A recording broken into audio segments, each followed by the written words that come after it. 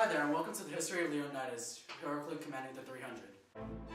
The death of Leonidas was legendary. His last days has continued tactics in battle, inspired great works of art, and popular enthusiasm. The stand of the 300 at the Thermopylae has been harnessed to 100 modern causes pitting east against west, and Leonidas with his 300 Spartans has come to symbolize what is good, brave, and noble in war, self-sacrifice for the sakes of one country and family. Growing up, Leonidas' father, King Alexandrius, took a second wife. Leonidas' siblings, Cleomenes and Doris, fought over who would be the rightful heir. Cleomenes was born first, so he was believed to be the rightful heir, but their mother favored Doris, because he was, as they say, the finest young man of his generation. He didn't favor Cleomenes because he was her stepson. This led to Cleomenes wanting to prove her wrong. Eventually, the Spartan citizens favored him and took over the throne of his father. Dorius, being furious, led to colonize Africa. Now, Leonidas didn't choose sides because he didn't know his half-brother Cleomenes well, and he wasn't raised in their household. Leonidas was the middle child of his blood-born from his mother. Now, normally, a middle brother would act rebellious and irresponsible. Alternatively, they can be peacemakers, which Leonidas was, and this was his key feature of his personality. His older brother was rebellious due to what he believed to be destined, and he gave loyalty to Leonidas. He became a branch between his two brothers, which led him taking Cleomenes' daughter Gorgo as his wife. This brought his actions as a Spartan to be loyal with one another and gave a sense of bond to his family. Leonidas would make bonds with his classmates, even to those who didn't know or liked him. He wasn't thought to be aired as a king, so he acted like a normal Spartan citizen. He was never the leader of his gang in school, inspired by the saying, "Except for being king, you are no better than the rest of us." He wanted to be ordinary rather than extraordinary. Because of this, he stayed humble.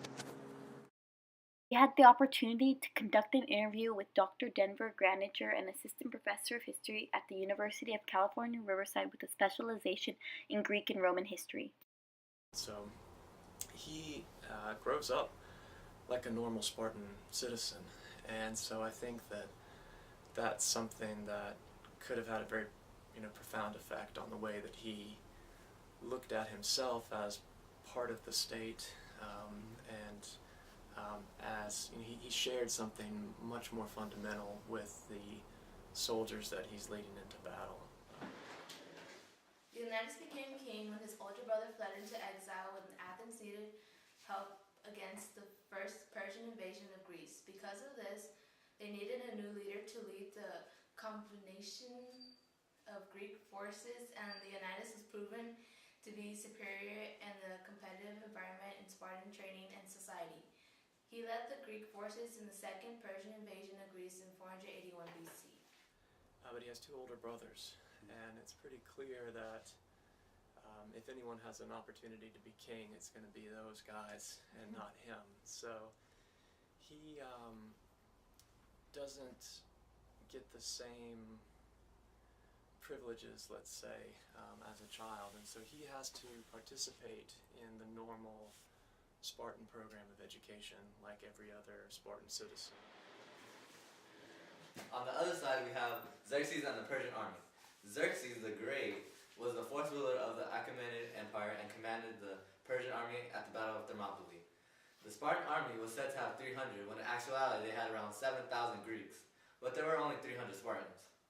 Whereas the Persian army had around 100,000 soldiers in their army, but according to Herodotus there were 2.6 million in their army in total. The strongest in the Persian army that eventually defeated the 300 were the 10,000 immortals, the elites or bodyguards of Xerxes. Xerxes had taken over the throne and army after his father, Darius, died in 486 BC, since he was the eldest son. He won the battle at Thermopylae, but eventually lost the Greco-Persian War. How did Leonidas' Spartan army affect the pursuit of the Persian army to Greece? There is a kind of memory of his deeds and of the impact of the Spartan resistance at Thermopylae that kind of makes its way around the Greek world. And there are definitely groups that think that the reason why the Greeks defeated the Persians is because the Spartans put up this great valiant effort at Thermopylae, and Leonidas is kind of responsible for that.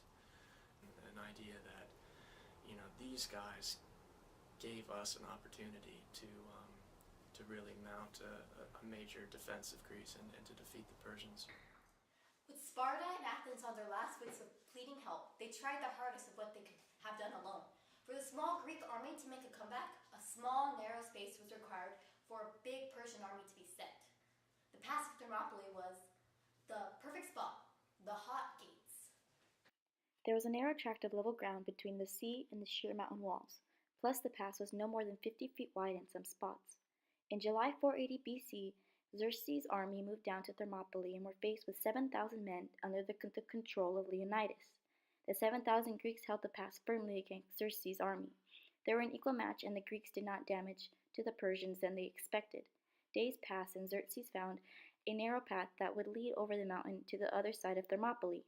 The path that had supposedly led the Persian army to victory was given to Xerxes by a traitor named Leonidas. The Persian army dispatched to this path so that they could catch the Greeks on the rear end. The Greeks soon realized this, and Leonidas quickly ordered a retreat. It was left with him and the 300 Spartans to fight Xerxes' army. They kept their pride as a Spartan and fought off until each and everyone died. The main factor in Xerxes' army that killed many Spartans were 10,000 immortals. The stand at Thermopylae and what the Spartans accomplished gave courage to the Greeks, and they were able to advance in the war. After he had finally slain Leonidas and his army, Xerxes took Leonidas' head off of his body. When Xerxes' army arrived to Athens, they burned down the city and realized that there was no Athenians around. Because Leonidas and 300 Spartans, the Athenians were able to escape in peace. Hollywood's portrayal of Leonidas, 300. This is Sparta! Choices that were made, I think, to make the Spartans more palatable to a broader audience, more accessible to them. So one of the things that is that the reason why the Spartan citizens are able to spend all of their time and energy training to be these super soldiers is because there are other people who are farming and who are doing the necessary tasks of life. Leonidas' leadership and legacy. We have this image of Leonidas as being this brave and just leader who meets these awesome odds, right? This invading force, and he defends Greece and by extension his home city of Sparta. And so I think he comes down to us as a kind of paradigm of heroic behavior and selflessness and willingness to put yourself before the community and the state. I mean, it's in some of our sources it appears very clearly as a suicide mission, what these guys are doing, and that I think resonates strongly cross-culturally and throughout time,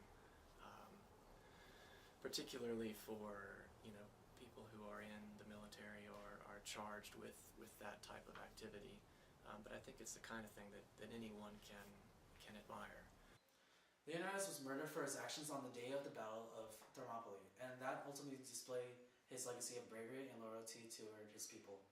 During the battle, Leonidas and his 300 Spartans, who were additional assistants later called into battle, led some of the Persians off a cliff as a way of attempting to defeat them and stalling time for the Greek to escape the battle. Their actions just prolonged their fight, and eventually all, including Leonidas, were slaughtered by the hands of the Persians. The Athenians were able to escape the wrath of the Persians, and the body of Leonidas was mistreated and beheaded. If Leonidas and his army would have retreated, their lives would have continued, but with disgrace. They entered the battle knowing that their death was imminent, but still continued on, out of pride and honor for Sparta. This shows Leonidas' loyalty as a leader and displays an example for future leaders in history to follow, including his tactics and formation used in battle, like choosing the path for their advantage and their phalanx that killed many Persians and kept many of them safe by protecting one another. Good.